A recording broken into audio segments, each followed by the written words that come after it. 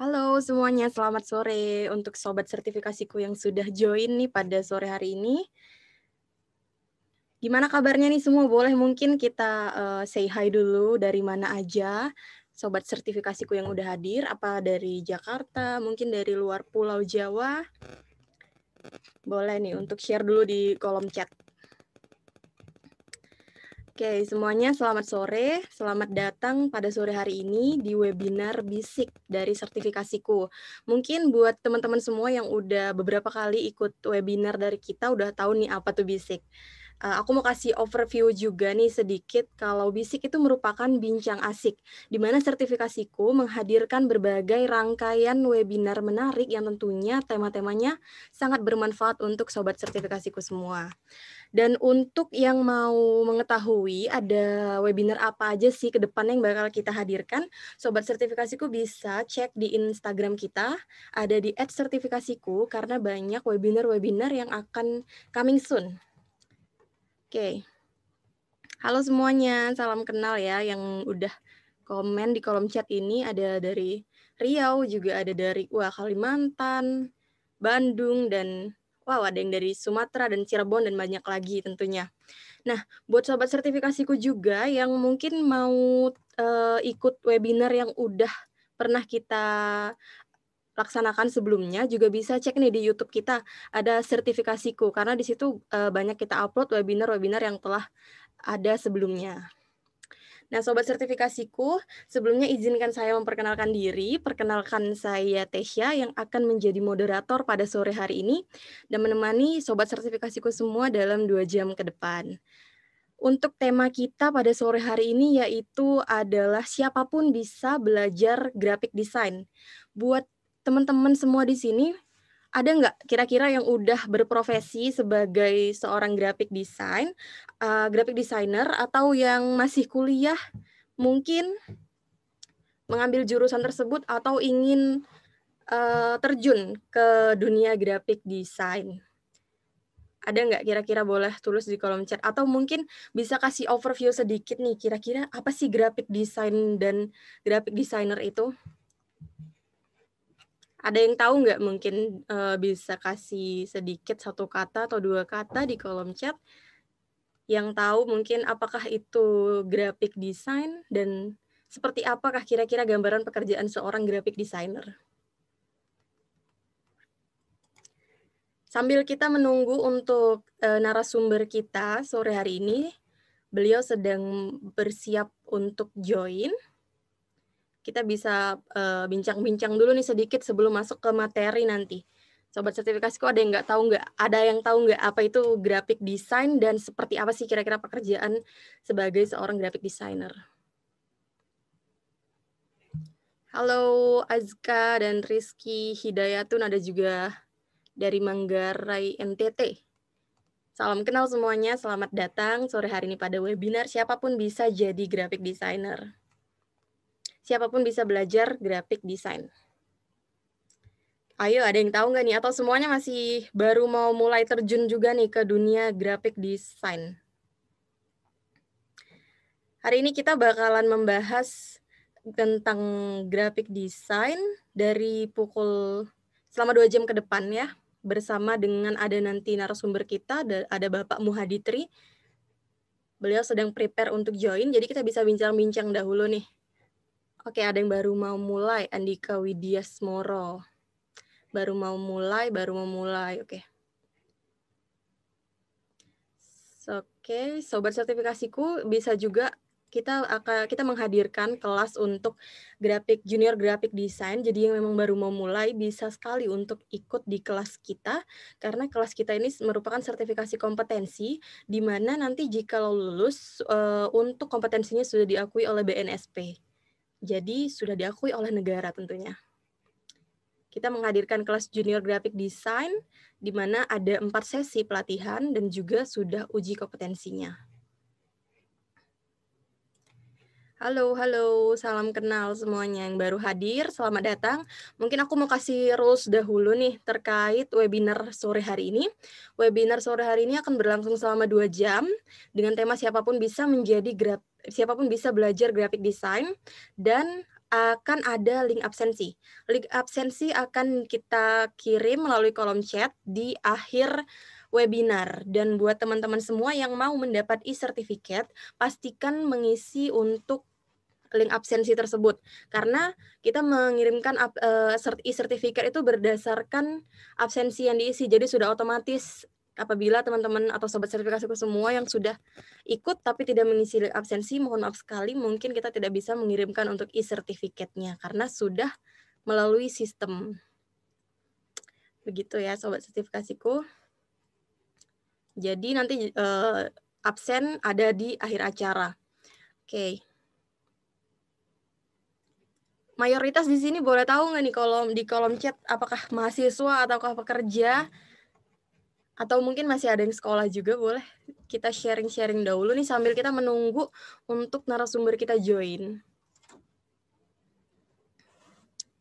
Oke, mahasiswa.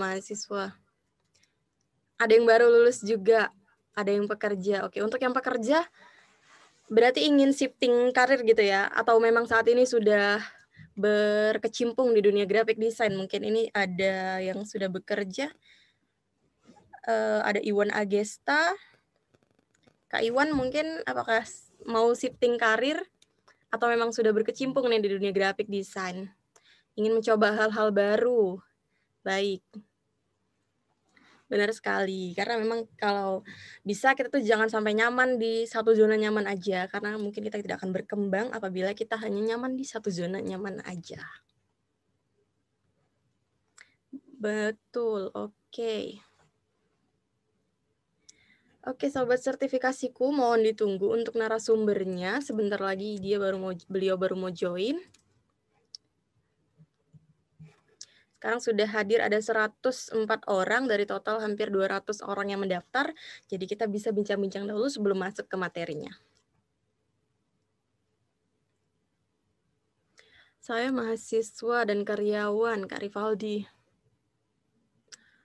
Wow, bener banget. Karena memang di zaman sekarang ini yang sudah serba digital, dibutuhkan sekali multitasking dari setiap karyawannya untuk berkembang juga. Jadi banyak ya yang memang mau shifting karir ataupun memang dituntut untuk bisa multitasking di perusahaannya. Nah, buat teman-teman mahasiswa juga, untuk sebagai seorang desain grafik atau graphic designer ini, benar-benar sangat banyak sekali dicari oleh perusahaan saat ini. Jadi bisa di-search aja melalui LinkedIn atau juga bisa Jobstreet, banyak sekali mencari untuk karyawan-karyawan baru di bagian graphic design. So, buat teman-teman, jangan sampai nih persaingannya kurang semangatnya dilakukan. Harus mempersiapkan senjata, salah satunya yaitu bisa skill dan juga harus ada sesuatu bukti seperti misalnya sertifikasi kompetensi.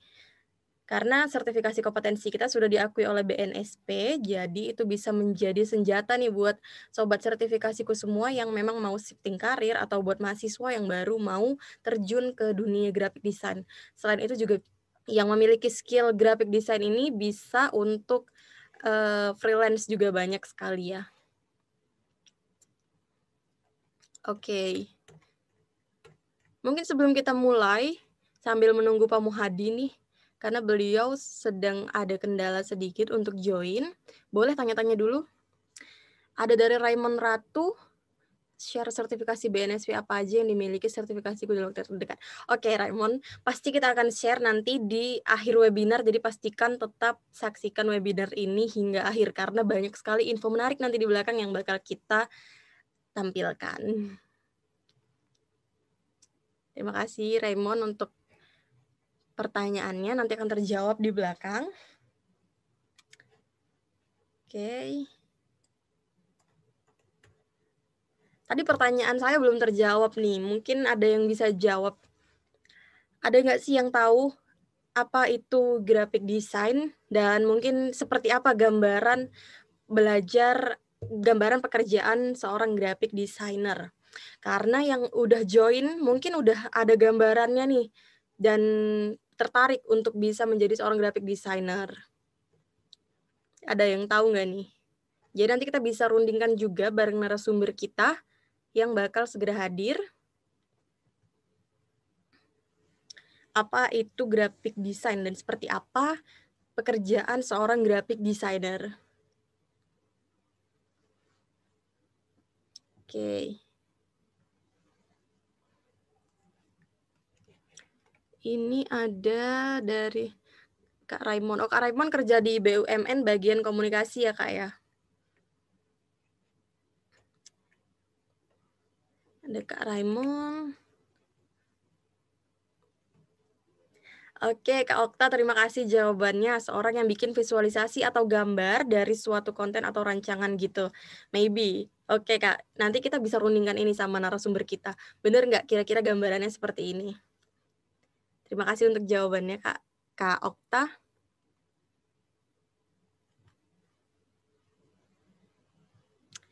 Oke, buat, sobat sertifikasiku sambil kita menunggu, aku mau kasih sedikit juga nih, apa sih kira-kira manfaat dari sertifikasi profesi itu. Jadi buat sobat sertifikasiku yang memang mau untuk mengambil sertifikasi profesi atau sertifikasi kompetensi, itu manfaatnya yaitu bisa memiliki keunggulan ini bagi pekerja ataupun profesional ataupun non profesional yang baru mau terjun juga ke dunia kerja. Jadi manfaat dari sertifikasi kompetensi itu yaitu memiliki keunggulan kompetitif dibanding kandidat tanpa sertifikasi. Jadi bisa lebih terlihat, profesional bagi HR ataupun bagi recruiter di luar sana. Selain itu juga bagi pekerja yang memang sudah saat ini berkarir di suatu bidang yang ingin shifting karir bisa juga memiliki sertifikasi kompetensi ini karena bisa memiliki potensi untuk mendapatkan upah lebih tinggi tentunya, karena sudah tersertifikasi.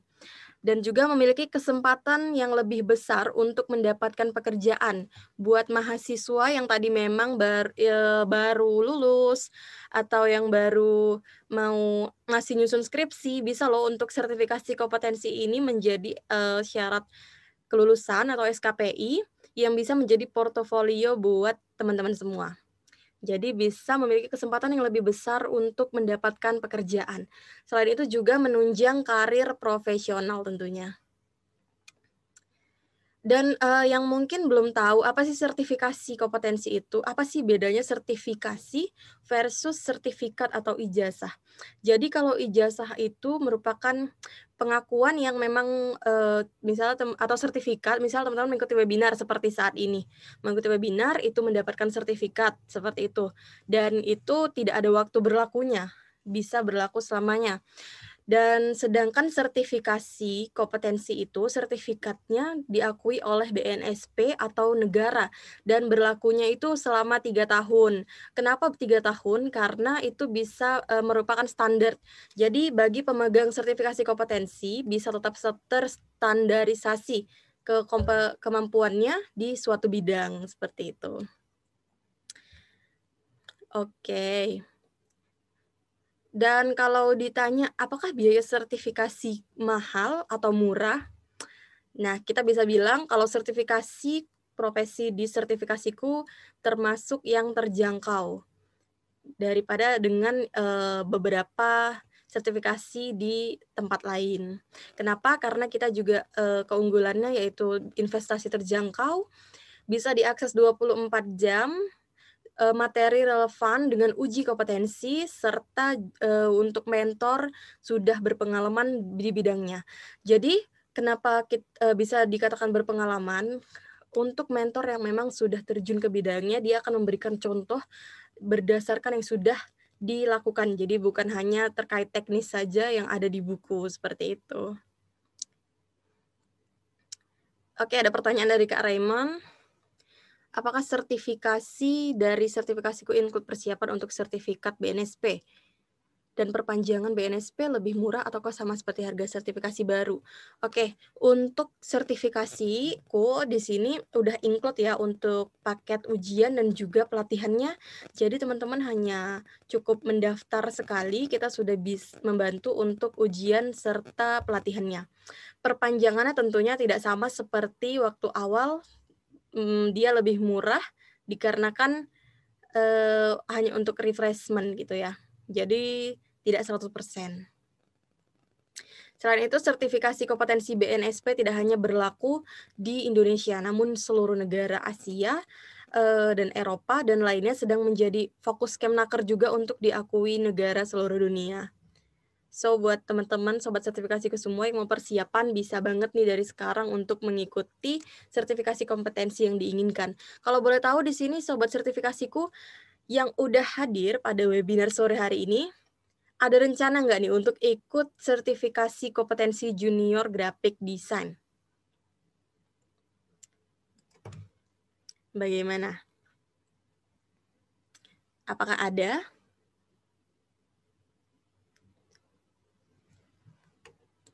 Oke. Oke. Mau dari Kak Ketut ada, oke. Tentunya Kak Rizky Afrinal, perpanjangan sertifikasi ada ujiannya lagi tentunya seperti itu. Syaratnya itu gampang, cukup daftar aja di sertifikasiku, tidak ada syarat yang sulit-sulit untuk mengikuti sertifikasi kompetensi ini. Oke, sepertinya kita sudah kehadiran untuk pembicara narasumber kita sore hari ini. Coba kita welcome dulu, ada Pak Muhadi. Halo Pak Muhadi, selamat sore. Halo, selamat sore. Iya, Suara saya masuk nggak ya? Masuk, Tadi Pak. soalnya sempat error, suaranya nggak masuk. Oh iya, oke, baik. Mungkin boleh open cam dulu nih Pak, biar sobat sertifikasi di sini ya belum bisa kenal juga nih sama Pak Muhadi. Oke. Nah, oke. Oke, sobat sertifikasiku, kita sore hari ini sudah kehadiran narasumber kita, ada Pak Muhadi. Bagaimana kabarnya, Pak? Alhamdulillah sehat. Alhamdulillah sehat. Oke. Oke, Pak. Kita sudah bisa mulai saja nih, Pak, untuk bincang asik kita sore hari ini dengan tema siapapun bisa belajar graphic design. Mungkin boleh nih, Pak, dibantu untuk teman sobat sertifikasiku yang udah kenal, biar lebih kenal lagi, Bapak boleh cerita sedikit tentang profil singkat Bapak, boleh Pak? Silakan. Oke, selamat sore teman-teman semuanya. Ini saya perlu lepas masker nggak? Boleh Pak, nggak apa-apa. Jadi saya posisi ini masih di kelas, tadi baru selesai kelas. Perkenalkan, nama saya Muhadi, lengkapnya Muhadi Tri, ya, tinggal di Yogyakarta. Kesehari-harian saya sebagai instruktur komputer, ya, di sertifikasiku, dan juga sebagai asesor di LSP Teknologi Digital.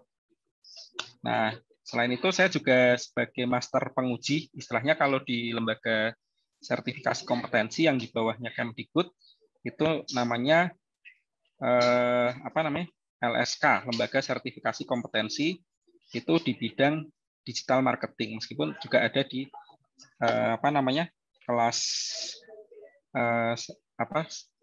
dari LSP Teknologi Digital, seperti itu.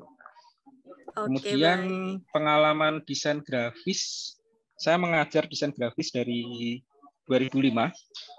Jadi waktu itu lulus SMA, mendaftar, alhamdulillah diterima. Kemudian 2015 saya ikut lomba. Waktu itu ada lomba acara apresiasi GTK PAUD Dikmas. Jadi lomba untuk instruktur komputer, yang dimana di situ materi yang dilombakan adalah desain grafis. Jadi lomba mengajar teknik mengajar desain grafis. Dan alhamdulillah dari situ saya dapat hadiah bisa jalan-jalan ke Jepang karena juara 1. Ya, kurang lebih sih seperti itu. Oke, baik. Terima kasih Pak Muhadi. Untuk profilnya seperti itu. Sobat sertifikasiku mungkin yang mau tahu lebih lengkap nanti bisa sambil berjalan kita tanya di kolom chat ya. Oke. Untuk kita masuk aja nih langsung untuk pertanyaannya. Sebentar. Kita boleh langsung masuk ke pertanyaan pertama nih ya Pak Muhadi ya. Oh, oke. Maaf, tadi ada yang nyala. Tidak apa-apa. Karena untuk tema kita hari ini siapapun bisa belajar graphic design. Tadi saya di awal sudah opening nih Pak Muhadi. Kira-kira teman-teman di sini tahu nggak sih apa itu graphic design, seperti apa gambaran pekerjaan seorang graphic designer? Dan ada yang menjawab seorang graphic designer itu merupakan seseorang yang membuat visualisasi atau gambar dari suatu konten atau rancangan dari Kak Okta Supia. Menurut Pak Muhadi bagaimana nih? Mungkin bisa dijelaskan secara garis besar dahulu tentang apa itu dan seperti apa graphic design. Ya, saya belajar di kafe dulu, kuliah di desain komunikasi visual. Yang saya pelajari itu ketika waktu itu ya, di tahun 2005, yang namanya graphic design itu masih sebatas cetak, Mbak. Jadi bikin poster, bikin spanduk, terus apa lagi ya? Bikin undangan. Dulu yang paling rame wedding card gitu. Jadi saya kuliah itu sambil kerja bikin itu percetakan, buka percetakan itu lumayan rame waktu itu ya. Jadi sampai di 2000 berapa ya? Mungkin sekitar 2015 itu persepsi desain grafis itu masih arahnya ke cetak. Nah, masuk ke teknologi digitalisasi, munculnya digital marketing, kemudian munculnya apa namanya kebutuhan pembuatan website. Sebenarnya desain grafis itu ternyata tidak hanya di dunia cetak, yaitu, tapi kebutuhan-kebutuhan seperti UI UX gitu ya, kok UX, UI user interface, bukan yang UX. Kalau UX kan experience ya, tapi UI yang dia membuat tampilan website, membuat tampilan aplikasi di handphone, itu ilmu yang dipakai itu adalah ilmu desain grafis. Gitu. Kemudian kalau kita perhatikan sebenarnya desain grafis itu tidak hanya di visual yang benda mati, tapi kalau teman-teman perhatikan masuk ke apa namanya yang film itu di bagian akhir kan ada ini titling itu yang kru-kru filmnya siapa. Cuma masalahnya kalau kita nonton film habis, di situ muncul ini kredit title, kita langsung matikan. Jadi nggak tahu. Nah, di situ ada itu peran-peran desainer grafis itu seperti apa, itu ada. Seperti itu. Nah, zaman dulu juga sebenarnya kalau kita ngomong desain grafis itu memang mengalami perubahan terus-menerus gitu ya. Jadi awalnya itu yang dulu hanya sekedar poster, kemudian dia berkembang ada yang namanya sound system. Sound system itu kayak ini papan rambu-rambu di jalan, itu sebenarnya pekerjaannya desainer grafis ya. Kemudian kalau teman-teman buka komputer tuh ada gambar folder, ada gambar my komputer, itu pekerjaannya desainer grafis, namanya pembuat icon. Kemudian yang yang ini huruf ya, kan kita di komputer ada huruf tuh, ada Arial, Times New Roman ya, itu namanya ilmu tipografi, itu bagian dari desainer grafis. Dan itu ada yang memang dia itu mempelajari khusus huruf, pembuatan huruf ya. Waktu itu ada teman saya dari Aceh, itu ketika ketemu dia kerjanya apa? Pembuat huruf, dan kerjanya jalan-jalan. Karena apa? Karena ketika dia jalan-jalan itu bisa sambil kerja kayak gitu. Jadi tidak terikat waktu. Nah, apalagi sekarang kebutuhan desain grafis itu sangat dibutuhkan sekali terkait dengan konten marketing. Ada hubungan erat gitu. Jadi kan ini sekarang pada lomba-lomba kan digital marketing tuh. Kalau zaman dulu kan bikin poster, orang bikin poster mungkin harus datang ke tempat percetakan. Nah, sekarang banyak teman-teman dari mahasiswa-mahasiswa itu sudah punya usaha sendiri-sendiri. Nah, dan jelas perlu yang namanya publikasi. Jadi sebenarnya desain grafis itu bagian dari ilmu komunikasi. Kalau di kampus itu kalau teman-teman mau melanjutkan kuliah, ini kalau ada adik-adik SMA ya, SMA, SMK yang mau lanjut kuliah ngambil desain grafis, itu ngambilnya namanya desain komunikasi visual. Kayak gitu. Jadi kalau di kampus itu namanya DKV, anak DKV itu. Seperti itu kurang lebihnya. Jadi pekerjaan desain grafis itu apakah akan berhenti? Enggak.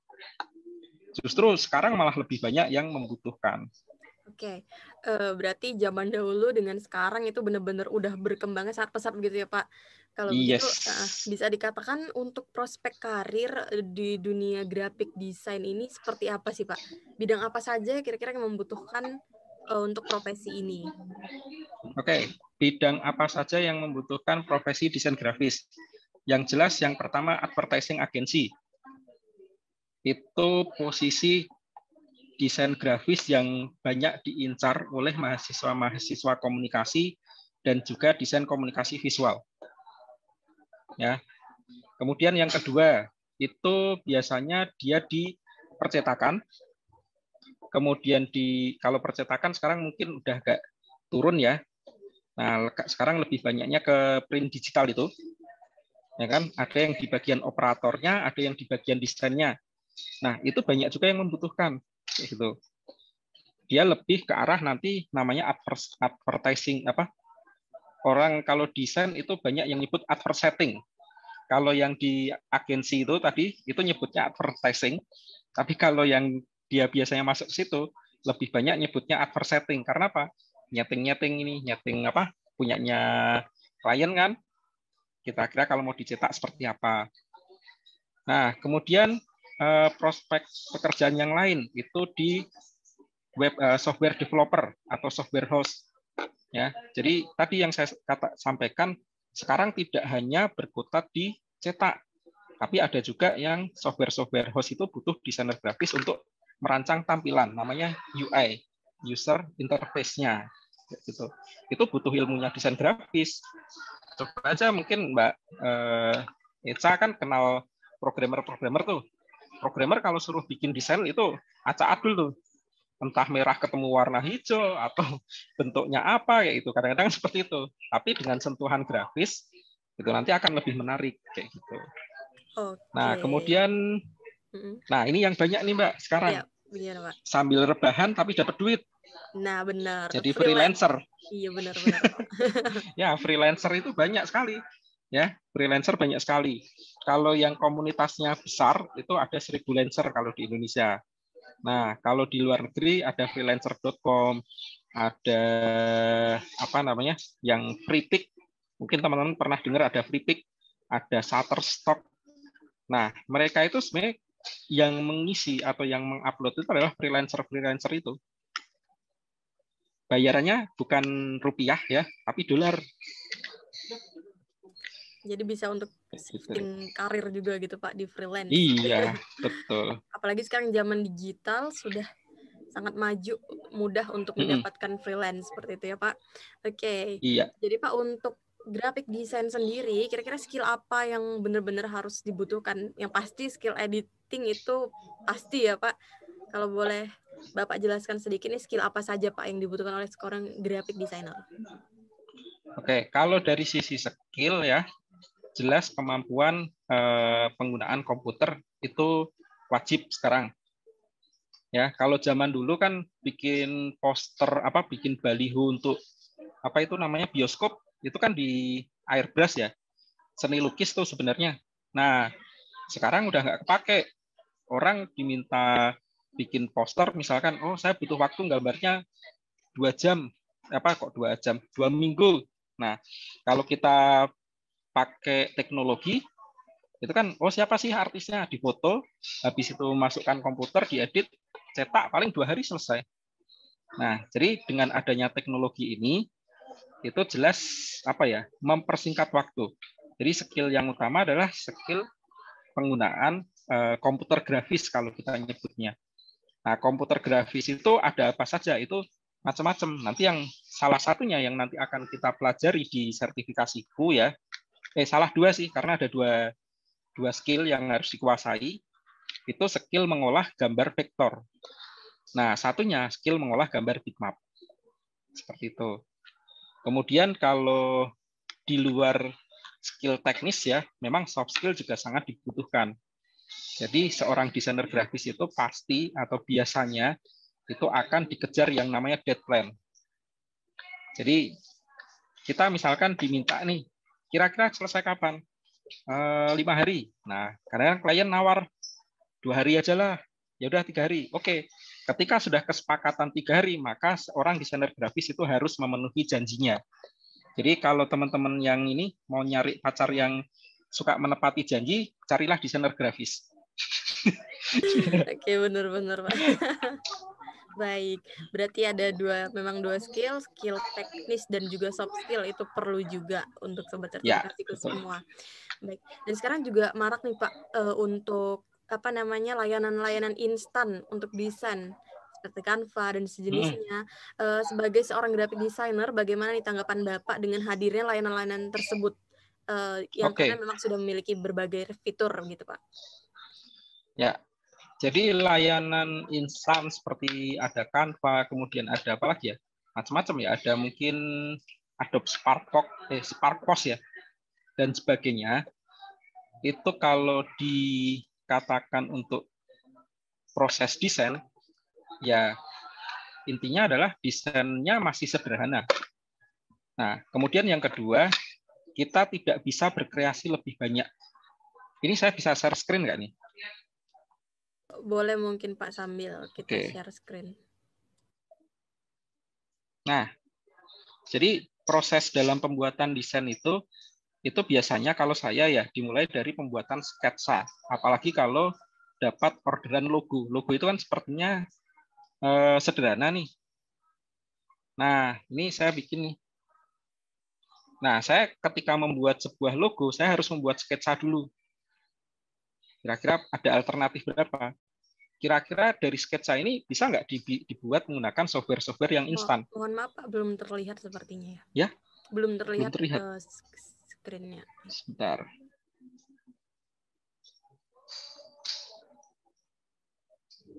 Share screen.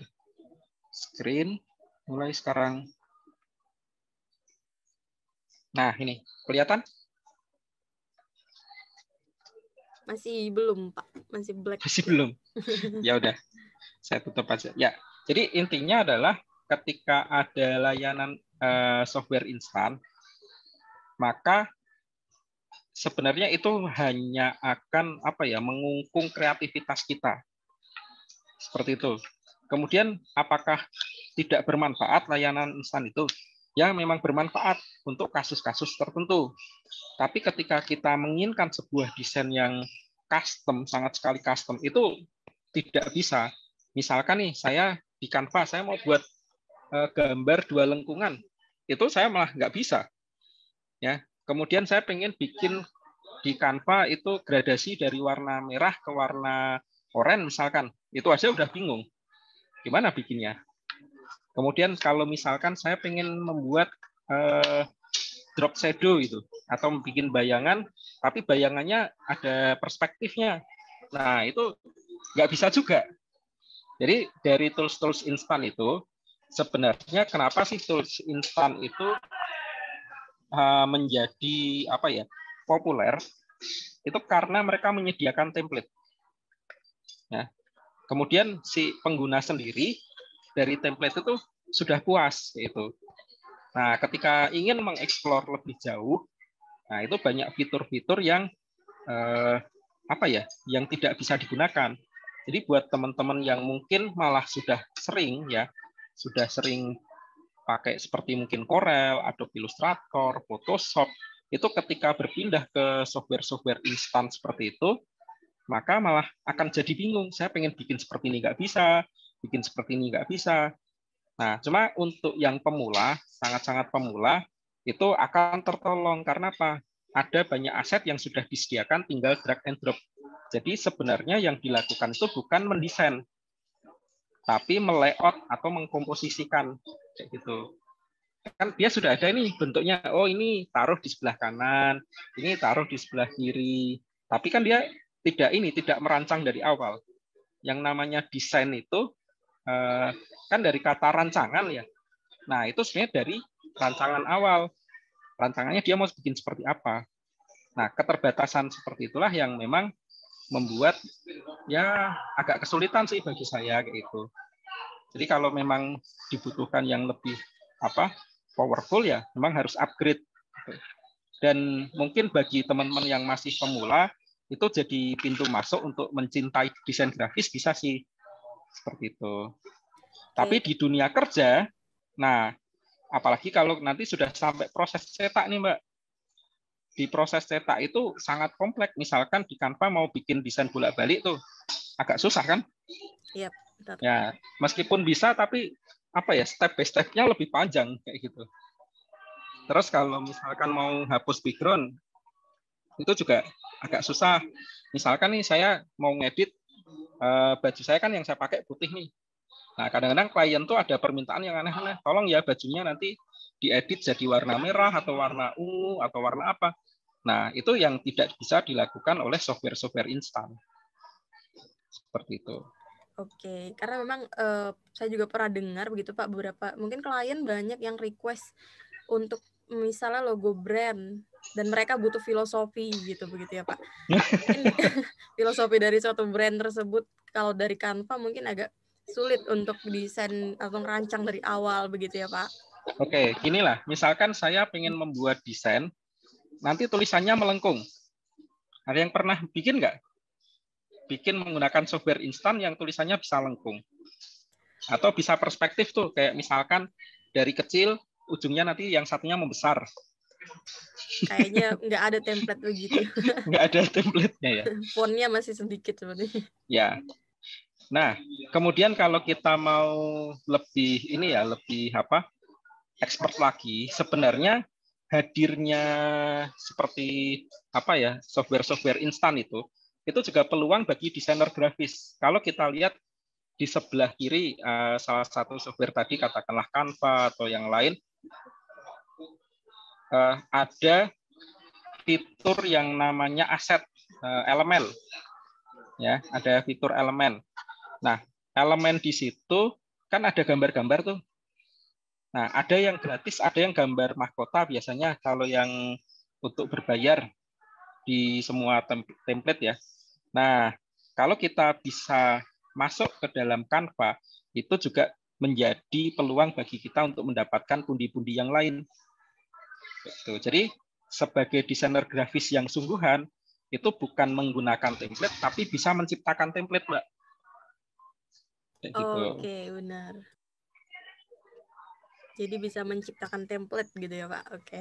Betul. Oke. Dan apa ya software website yang menyediakan template seperti Freepik, kemudian seperti Shutterstock, Photostock, 123RF itu sangat terbuka peluangnya bagi kita ya sebagai desainer grafis kalau yang memang sudah belajar kemudian kita punya kemampuan skill membuat desain yang bagus, kita bisa submit ke mereka.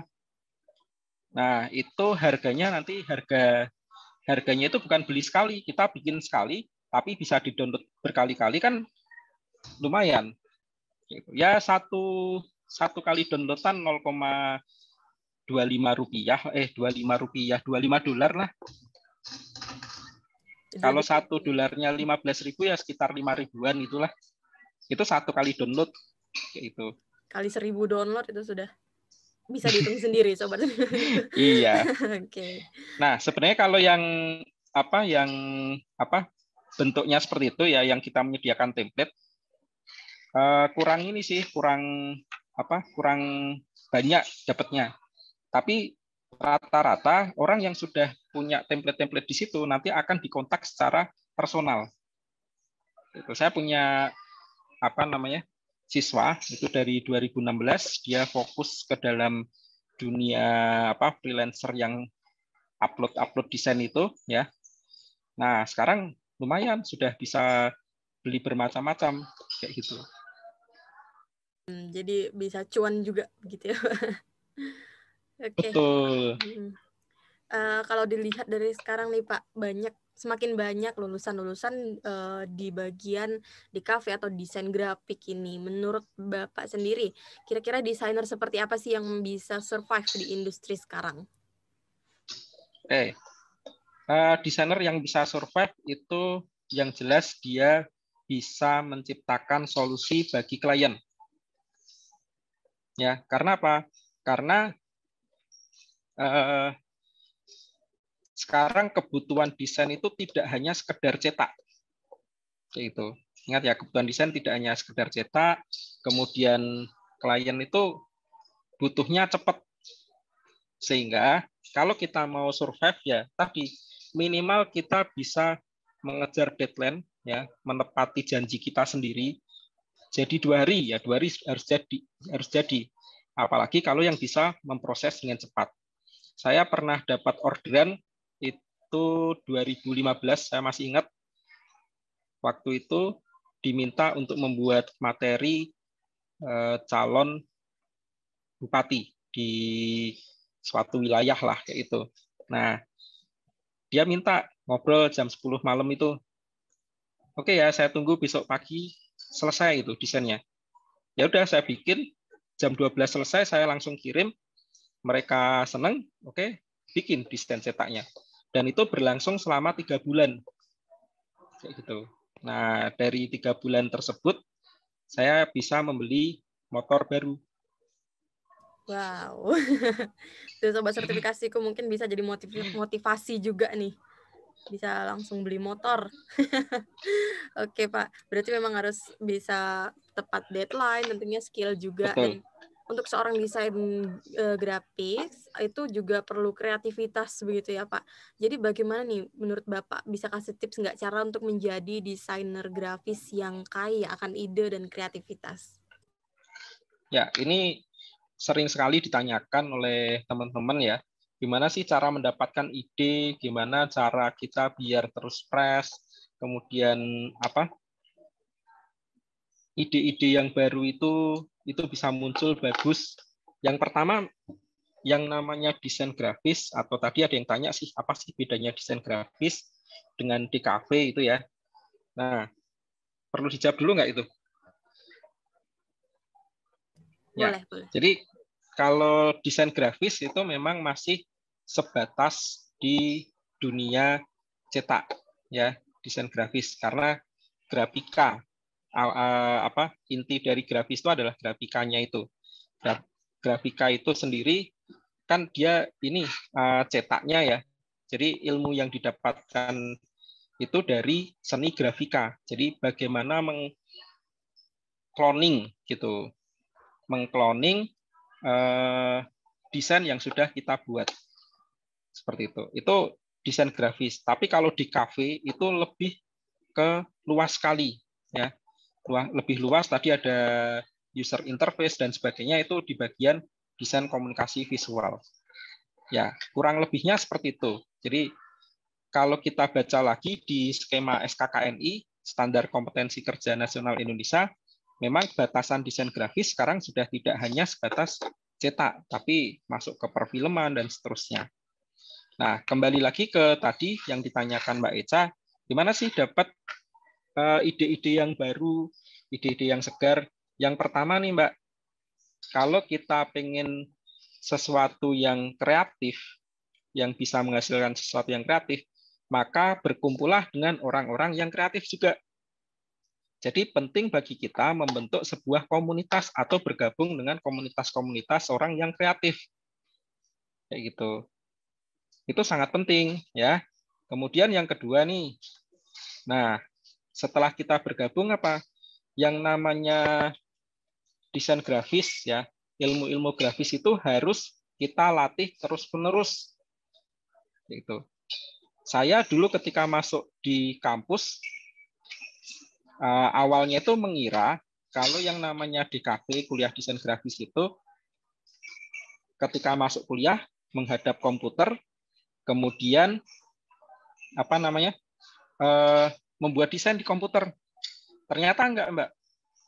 Jadi ketika masuk kuliah itu 2 semester awal saya tidak boleh menggunakan komputer sama sekali. Jadi semua harus dikerjakan pakai tangan. Padahal waktu itu ya saya itu orang yang benar-benar tidak bisa gambar. Jadi ilmu seni atau darah seni di keluarga itu sebenarnya nggak ada. Tapi karena dipaksa, jadi 1 minggu itu ada 5 mata kuliah yang saya harus menggerakkan tangan saya manual. Itu ada mata kuliah tipografi, kemudian ada menggambar satu, kemudian ada apa ya, DKV 1. DKV 1 itu tidak boleh pakai komputer, harus pakai kuas, pakai pensil warna dan seterusnya.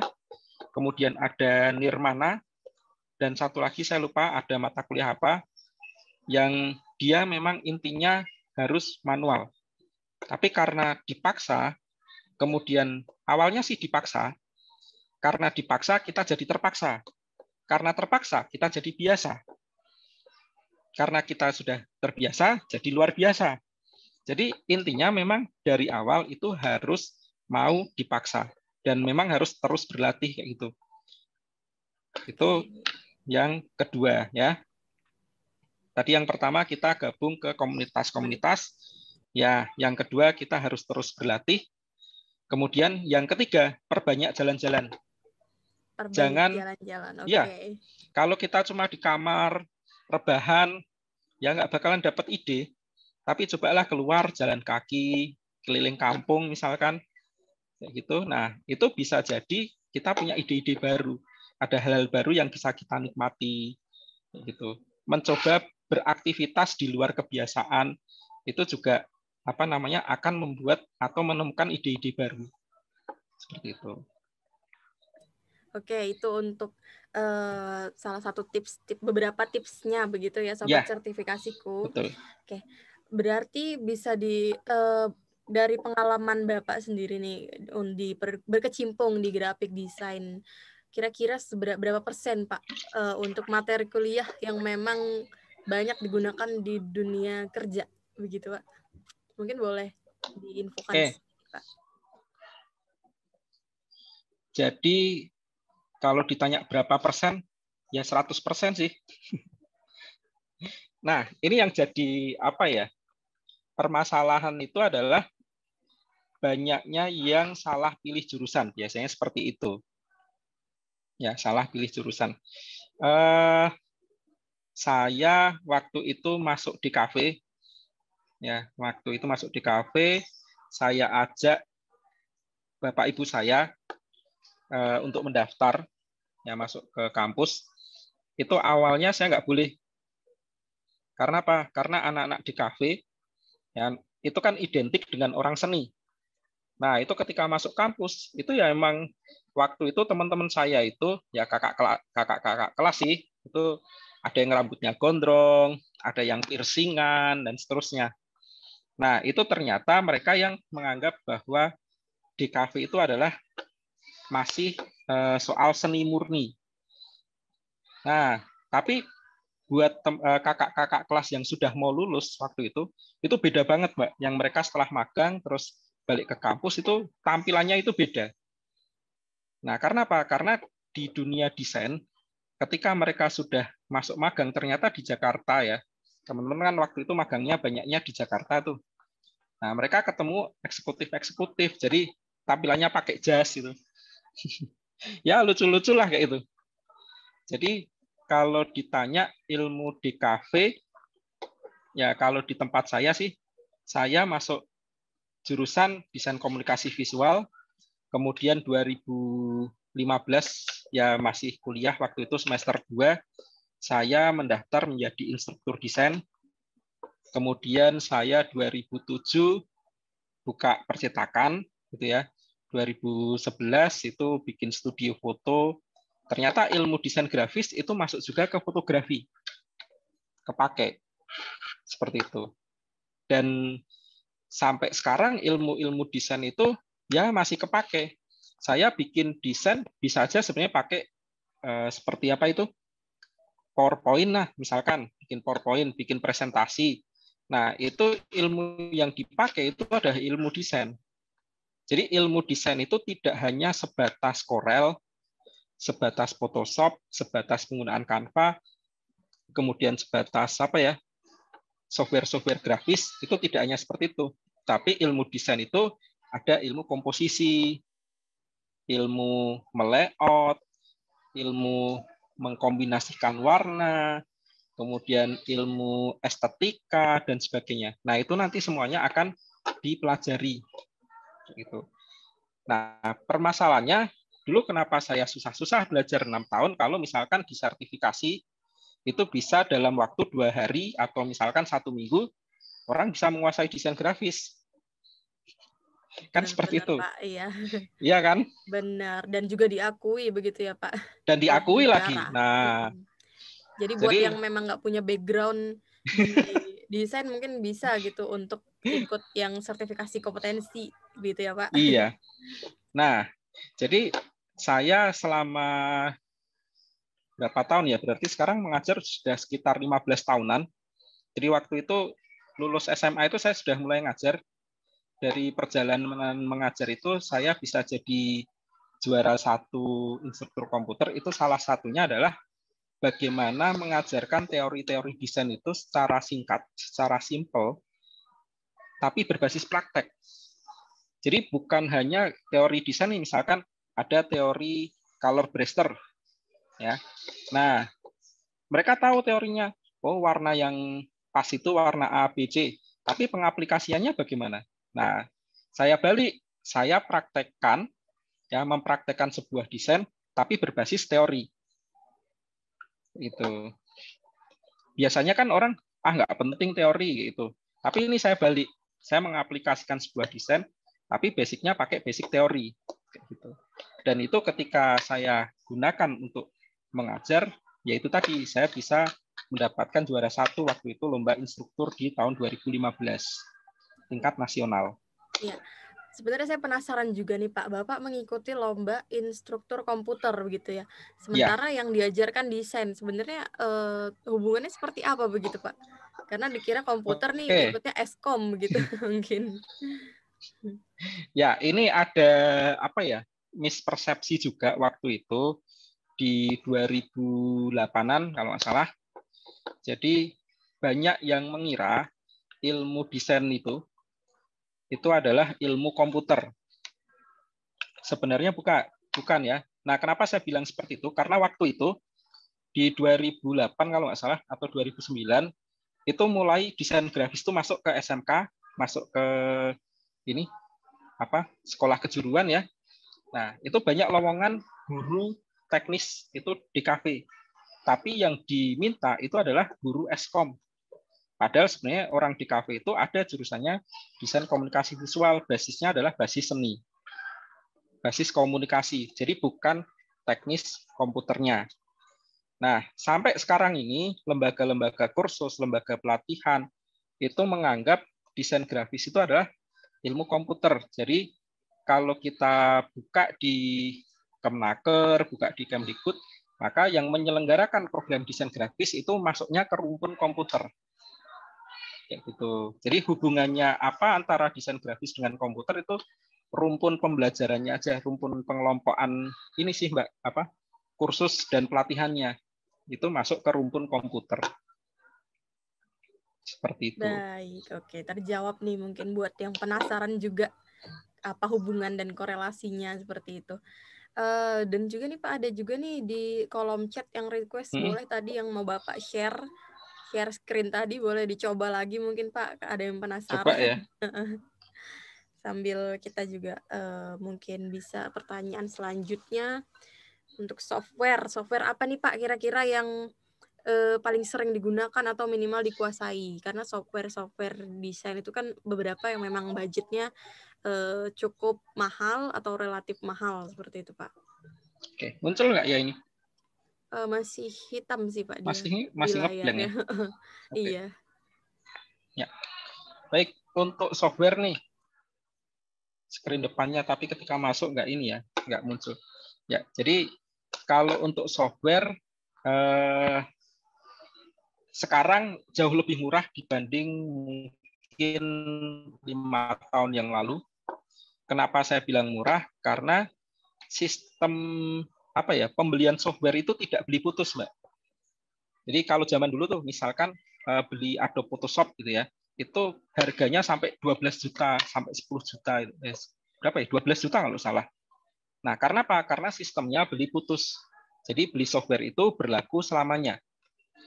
Nah, sekarang ya yang versi CC nih kalau punyanya Adobe tuh itu beli Photoshop bisa langganan itu 125.000 per bulan. Kayak gitu. Ada yang versi lengkap ya. Jadi misalkan teman-teman memang menguasai semua nih. Ada Photoshop menguasai, editing video pakai Adobe Premiere menguasai, kemudian ya semuanya lah dikuasai. Itu ada yang full paket ya dari Adobe itu kalau nggak salah 1 bulan itu 700.000. Gitu. Itu untuk yang beli putus begitu, Pak? Enggak beli Oh, enggak. putus. Sekarang tidak seperti itu lagi Itu ya? sistemnya langganan. Nah, jadi dengan cara langganan itu akan lebih hemat menurut saya. Karena apa? Karena ketika proyek datang, ya baru kita pakai. Kan seperti itu. Misalkan nih, satu bulan, katakanlah kita dapat 5 proyek. Nah, satu proyeknya itu harganya katakanlah 500.000 ya. Berarti kan 2,5 juta kan. Misalkan nih, untuk yang pemula. Nah, dengan 2,5 juta, masa mengeluarkan harga 250.000 itu juga keberatan sih. Karena satu software yang punyanya Adobe itu sekitar 250.000-an per bulan. Seperti itu. Kalau punyanya Corel, saya nggak hafal, karena saya sekarang sudah jarang pakai Corel. Gitu. Corel juga sekarang juga ngikuti Adobe, jadi menggunakan sistem apa ya namanya, sistem membership gitu ya, membership.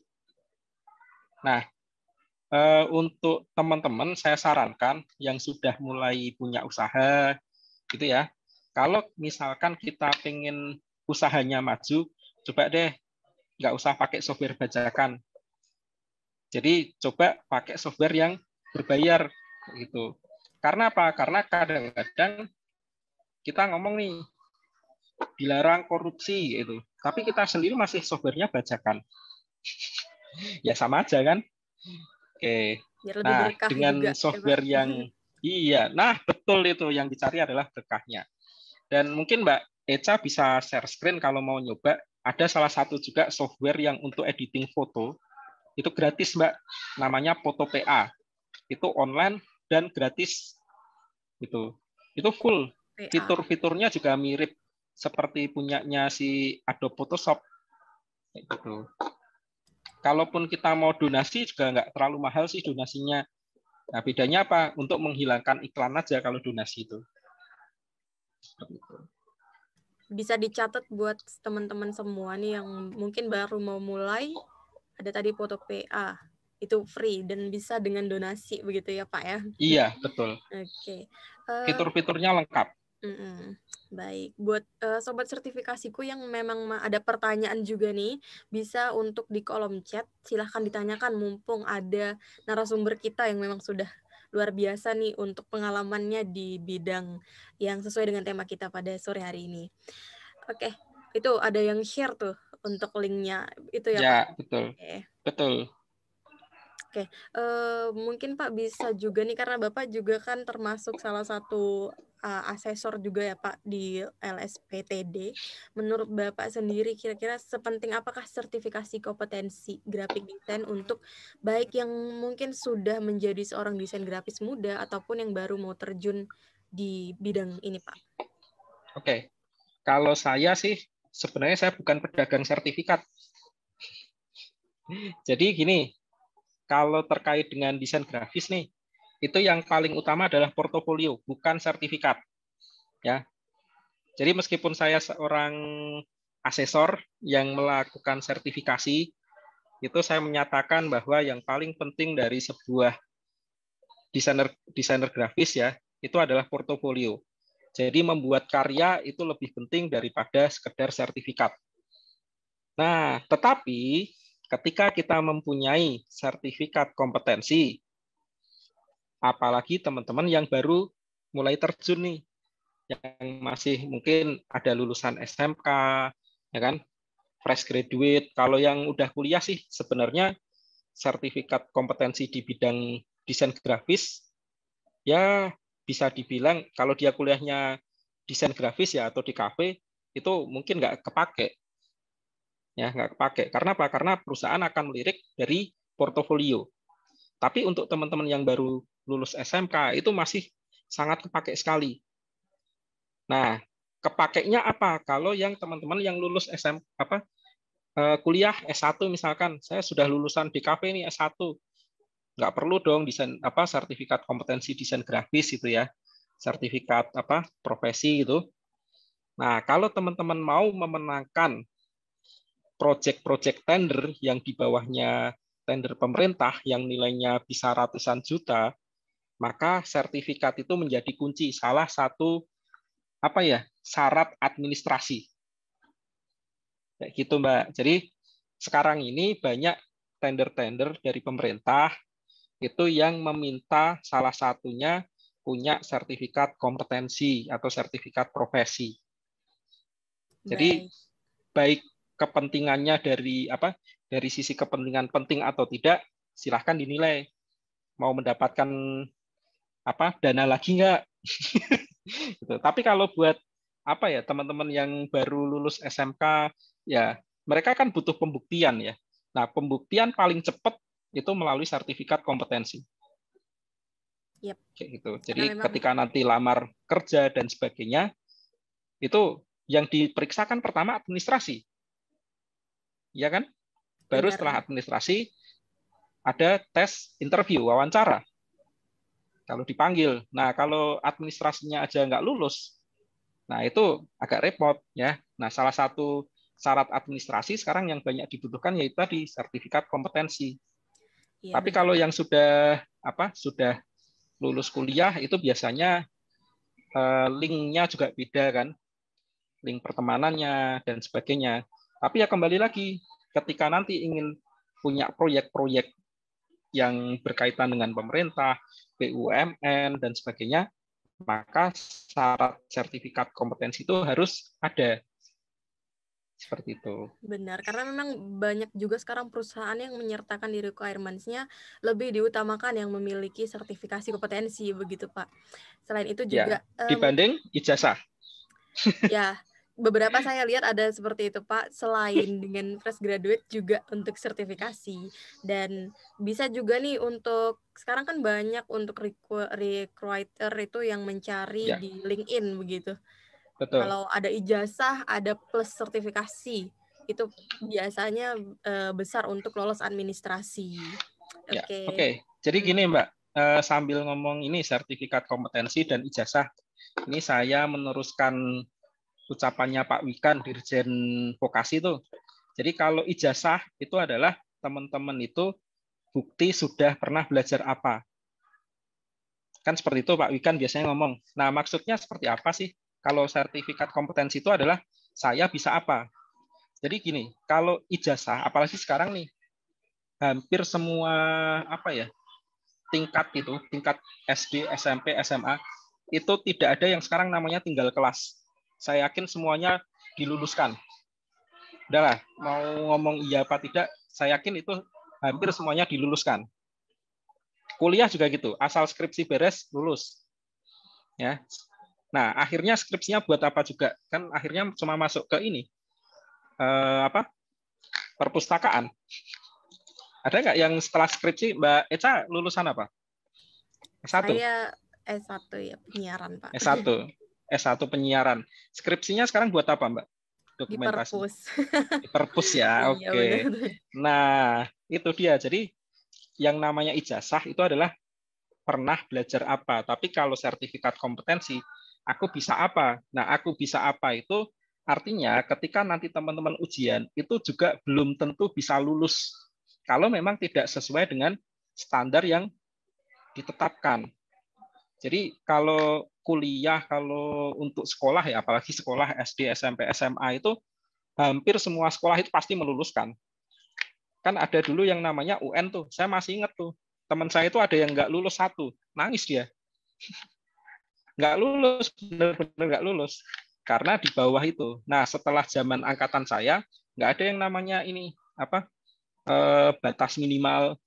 Dulu Mbak Eca ada batas minimal nggak nilai UN? Sepertinya Nggak ada, ada kan? Pak. Tapi lupa sih saya. Ada berapa? Sepertinya Nah, sedikit saya lupa, Pak. batas minimal tuh 5,5 Mbak dulu. Itu aja udah pada ribut itu, ada yang nggak lulus satu.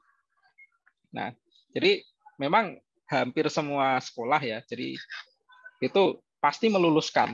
Seperti itu. Coba aja dicek di mana-mana, pasti meluluskan. Tapi kalau sertifikat kompetensi itu belum tentu yang ujian, kalau dia tidak kompeten, tidak akan dinyatakan kompeten. Gitu. Nah, sekarang yang masih menjaga marwah itu ya, istilahnya menjaga marwah, artinya yang benar-benar, oh ini memang sesuai nih, sesuai standar yang dibutuhkan. Ya, itu masih dipegang oleh lembaga sertifikasi. Baik, terima kasih. Jadi begitu sobat sertifikasiku, untuk menjadi seorang desainer grafis itu perlu sekali portofolio yang paling penting dan bisa menjadi sertifikasi kompetensi sebagai tambahan bukti, begitu ya Pak. Oke Pak, sepertinya kita sudah masuk ke pertanyaan terakhir nih Pak. Ya. Bisa dikasih tip do and don't seorang graphic designer dalam berkarir, terutama untuk pemula, boleh Pak? Ya, oke. Kalau untuk berkarir ya, yang pertama adalah tadi yang saya sampaikan, desainer grafis itu pasti berkutat dengan yang namanya deadline. Gitu. Jadi penuhilah deadline yang sudah menjadi ketetapan atau sudah disepakati. Seperti itu. Kemudian yang kedua, apa sih yang harus dilakukan? Ya, yang namanya desainer grafis, apalagi kalau baru ya, itu adalah silahkan terus berkarya, menciptakan karya itu lebih penting, yaitu ya, ciptakan karya-karya terus, entah di target 1 hari itu bisa jadi 1, itu ya, kemudian diupload, publikasi dan seterusnya. Nah, kemudian apa sih yang harus kita lakukan juga? Yang harus kita lakukan sebagai seorang desainer grafis pemula adalah terus mencari contoh-contoh, mengamati contoh itu penting. Jadi caranya gimana? Teman-teman bisa datang ke pameran-pameran tuh. Bisa gabung ke komunitas-komunitas itu. Banyak sih komunitas, banyak pameran itu ya. Kalau di desainer grafis itu kalau zaman saya dulu kuliah ada KMDGI, Komunitas Mahasiswa Desainer Grafis Indonesia. Saya nggak tahu masih ada apa nggak ya sekarang. Itu udah 10 tahun yang lalu. Nah, itu. Jadi kurang lebih seperti itu. Kalau apa sih yang jangan dilakukan? Ya yang jangan dilakukan adalah mengecewakan klien. Udah itu aja. Mengecewakan dalam bentuk apa? Ya, mengecewakannya macam-macam. Apakah tidak sesuai kesepakatan, kemudian kita meninggalkan proyek dan sebagainya. Baru jalan setengah, kok jadinya susah ya? Kok ternyata susah ya? Nah, apapun yang nanti teman-teman hadapi ketika membuat sebuah desain, ya kalau sudah menjadi ketetapan pasti harus berusaha diselesaikan itu. Apapun itu pasti ada jalan keluar. Gitu. Oke, jadi jangan mudah menyerah jika mau berkarir di bidang ini, begitu ya Pak? Oke, Yes. baik. Terima kasih banyak Pak Muhadi untuk sharing sore hari Tuh, ini. Nggak jam berapa kerasa sekarang? udah Oh mau iya, sampai jam 1 5 jam nih ya. Pak. Bener. Karena kita asik ngobrol nih. Oke, mungkin terakhir kita bisa foto bareng nih Pak. Bareng serta semua yang udah hadir hari ini. Boleh untuk open cam dahulu. Kita bisa foto bersama dulu untuk gayanya bebas mau seperti apa, karena kita di sini ngobrol asik aja, bincang asik. Jadi nggak usah kaku-kaku banget seperti itu sobat sertifikasiku. Oke, mungkin host boleh dibantu untuk ambil fotonya. Oke, saya hitung 1, 2, 1, 2, 3. Sekali lagi karena ada banyak nih pesertanya. Oke, 1, 2, 3. Baik, sudah untuk foto bersamanya. Pak Muhadi, terima kasih banyak untuk Ya, sharingnya hari ini. Semoga apa yang disampaikan bisa bermanfaat juga nih untuk semua peserta. Ada 140 lebih peserta yang sudah hadir di webinar kita hari ini. Dan semoga oke. kita bisa berkolaborasi lagi untuk mungkin webinar-webinar selanjutnya begitu ya Pak. Siap. Dan buat sobat sertifikasiku, Pak Muhadi ini juga merupakan salah satu mentor atau pengajar untuk kelas di junior graphic design kita. Baik Pak Muhadi, terima kasih banyak. Selanjutnya saya ingin menyampaikan sedikit info nih untuk sobat sertifikasiku.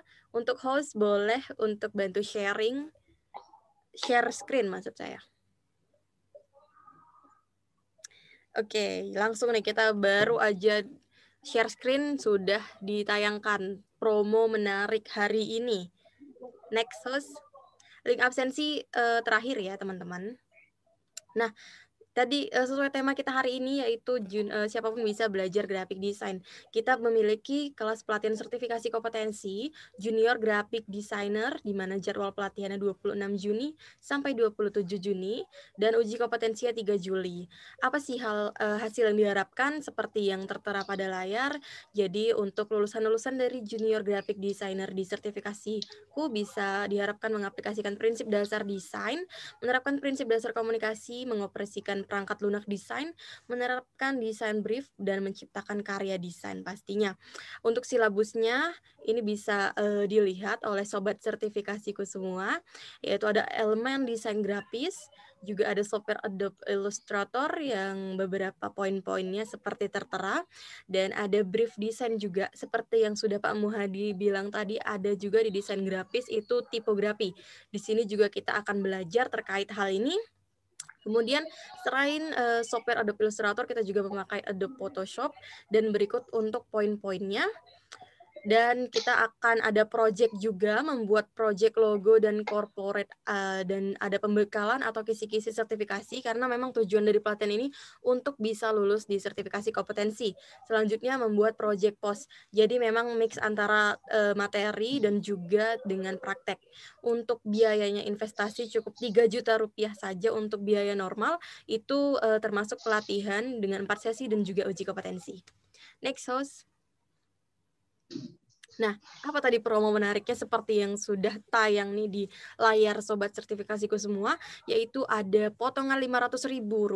Jadi dari total 3 juta, sobat sertifikasiku cukup membayar Rp2.500.000 saja untuk pelatihan. Dan ini hanya berlaku hari ini, bisa langsung chat admin. Ayo di screenshot dulu untuk nomor handphone adminnya untuk klaim kode vouchernya. Next, host. Oke, selain promo hari ini untuk graphic design, kita juga masih ada nih promo sertifikasi day yang masih diperpanjang hingga 31 Mei. Next. Nah, ini untuk kelas-kelas yang sertifikasi selain junior graphic design yang akan segera untuk pelatihannya dimulai, yaitu tanggal 29 Mei, ada RSA, Registered Securities Analyst atau analis efek, ada juga CRA, Certified Risk Associate atau manajemen risiko, dan ada RTA atau Registered Technical Analyst atau analis teknikal. Ini H-3 ya, sobat sertifikasiku yang mau join bisa segera sekarang karena banyak promo menarik sertifikasi day. Jadi bisa langsung klaim kode vouchernya. Next. Seperti yang sudah dijelaskan juga tadi di awal dan juga Pak Muhadi juga sudah meng-highlight apa sih beda dari sertifikat ijazah dan sertifikasi kompetensi. Jadi sertifikasi kompetensi itu bisa menyatakan untuk sobat sertifikasiku aku bisa apa. Nah ini untuk poin-poinnya, kelebihan atau manfaat dari sertifikasi kompetensi sendiri. Next. Oke, kita sudah sampai di akhir atau penghujung webinar kita sore hari ini. Sekali lagi terima kasih untuk seluruh peserta yang sudah hadir, dan terima kasih juga untuk narasumber kita Pak Muhadi. Selanjutnya untuk link absensi bisa diakses di kolom chat. Pastikan mengisi link absensi untuk bisa mendapatkan e-certificate sobat sertifikasiku semua. Karena yang tidak mengisi link absensi, mohon maaf kita tidak bisa mengirimkan sertifikatnya karena memang sudah berdasarkan sistem. Oke. Mohon tunggu sebentar. Oke, itu untuk linknya. Silahkan silakan absen.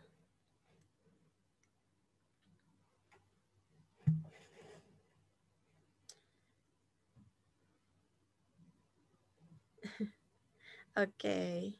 Itu sudah ada link absennya ya Kak Khairul Bahri, bisa langsung di klik.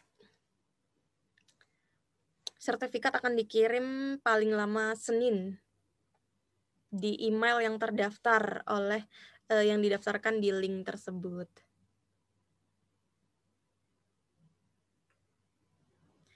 Baik, terima kasih semuanya yang sudah hadir. Jangan lupa untuk next webinar, kita juga akan ada webinar lain yang akan hadir. bisa dicek di Instagram kita Sertifikasiku, dan juga bisa untuk webinar yang telah kita hadirkan itu ada di YouTube Sertifikasiku. Oke, terima kasih semuanya. Sampai jumpa, selamat sore sampai jumpa di webinar selanjutnya. Assalamualaikum warahmatullahi wabarakatuh. Terima kasih Pak Muhadi dan peserta semuanya.